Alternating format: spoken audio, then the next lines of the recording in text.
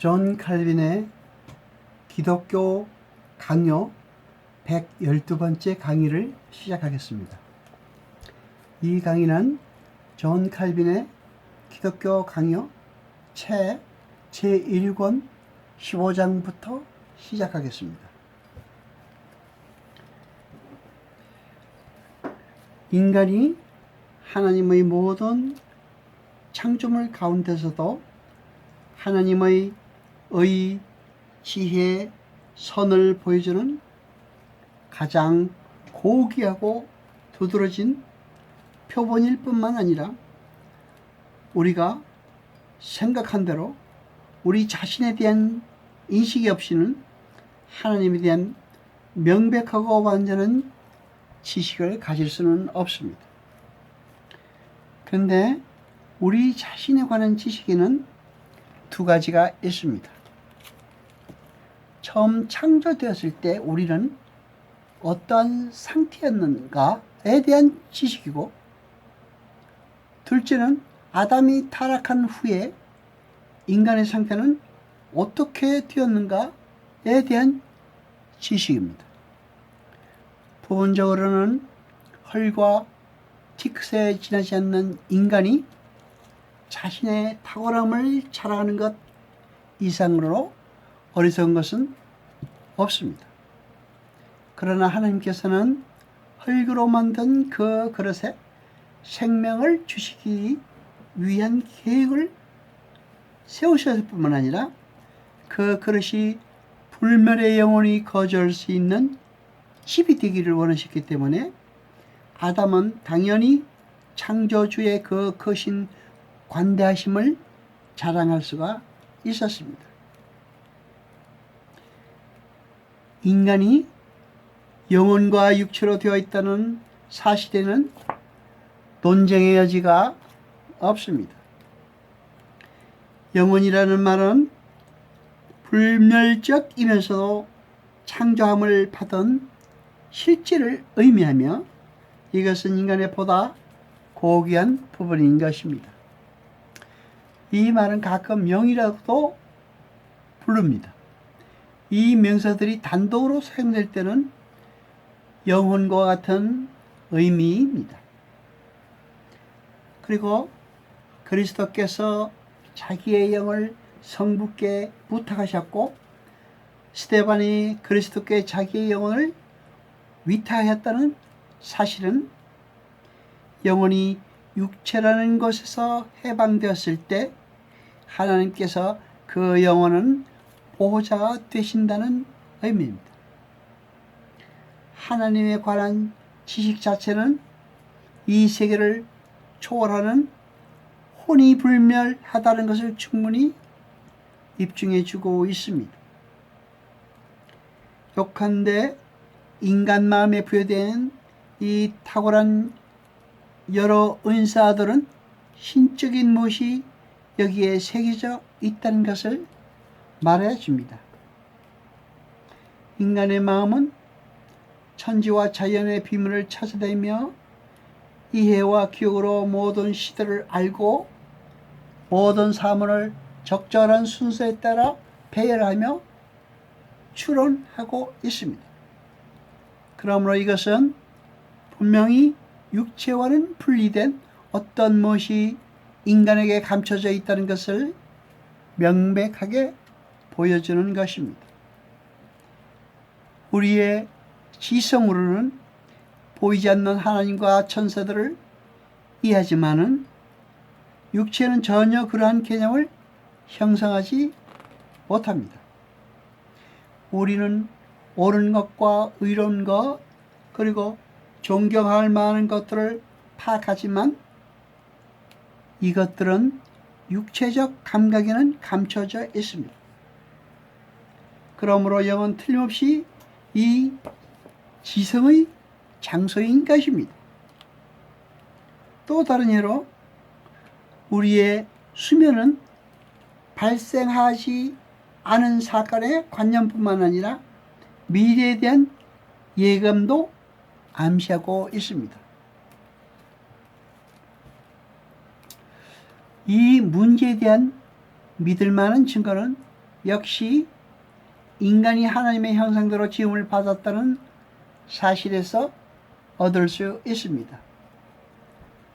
왜냐하면 하나님의 영광이 인간의 외형에서 빛나고 있지만 그러나 그 형상의 본래의 자소가 영혼에 자리 잡고 있으면 의심할 여지가 없기 때문입니다.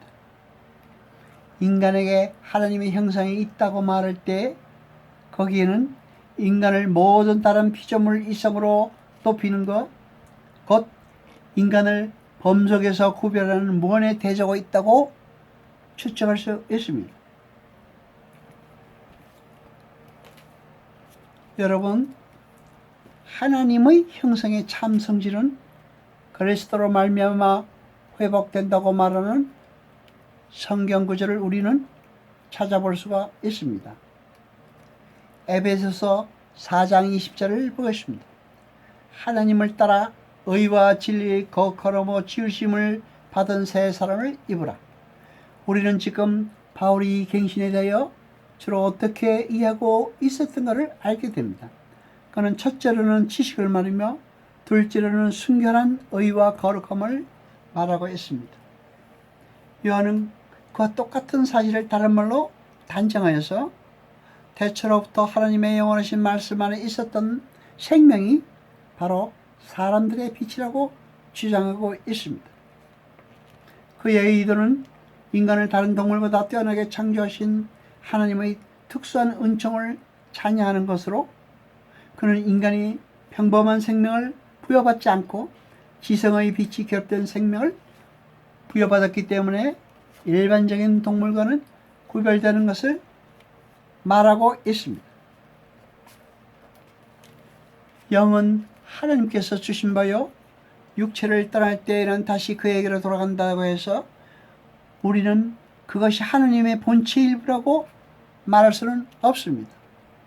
성령은 확실히 우리 안에서 이러시되 우리를 하나님과 동일 본질로 만드시는 것은 아닙니다. 영혼의 정의를 철학자에게서 찾는다는 것은 어리석은 일입니다. 플라톤 이외에는 그들 중 영혼의 불멸적인 실체를 바로 단정한 사람이 한 사람도 없습니다. 사실 소크라테스의 제자들 가운데서도 이 문제를 다룬 것은 확실합니다. 그러나 아무도 이 문제에 대한 확신을 가지지 못했기 때문에 분명하게 가르치지 못한 것입니다. 그러나 플라톤의 견해는 보다 정확했다고 볼 수가 있습니다. 그는 하나님의 형상이 영혼 안에 있다고 생각했던 것입니다. 인간이 천상의 생활을 명상하도록 지음을 받은 것처럼 또한 이에 대한 지식이 그 영혼에 새겨져 있다는 것도 논쟁의 여지가 없는 명백한 사실인 것입니다. 그리고 하나님과 연합함으로써 완성되는 행복을 인간이 몰랐다고 한다면 그는 사실상 지성의 중요한 효용을 결여하는 것이라고 말할 수 있습니다. 영혼의 주된 활동은 이를 갈망하는 것입니다. 인간이 하나님을 가까이 하려고 노력하면 할수록 그런 자신에게 이성이 있다는 것을 스스로 입증하게 되는 것입니다. 철학자들은 타락에 대한 형벌에서 오는 인간성의 부패를 모르고 사람의 전혀 대립되는 두 상태를 부당하게 혼용하고 있습니다. 인간의 영혼이 두 부분 곧 오성과 의지가 있다고 가정한다면 오성과 의지라 정의하고 그 관계를 표현하자면 오성이 하는 일은 대상을 식별하여 그 대상을 각각 시인하든지 시인하지 않든지 하는 것이고 의지가 하는 일은 오성이 선이라고 하는 것을 선택하여 추구하는 것입니다.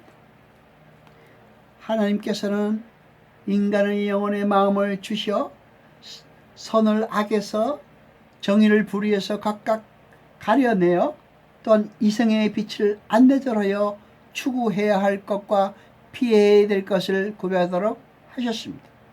하나님께서는 여기에 의지를 결합시킴으로써 의지로 하여금 선택할 수 있도록 하셨습니다. 이러한 안전한 상태에서 인간은 자기가 원하기만 했더라면 자유의지로 영생에 도달할 수 있는 능력을 가지고 있었습니다.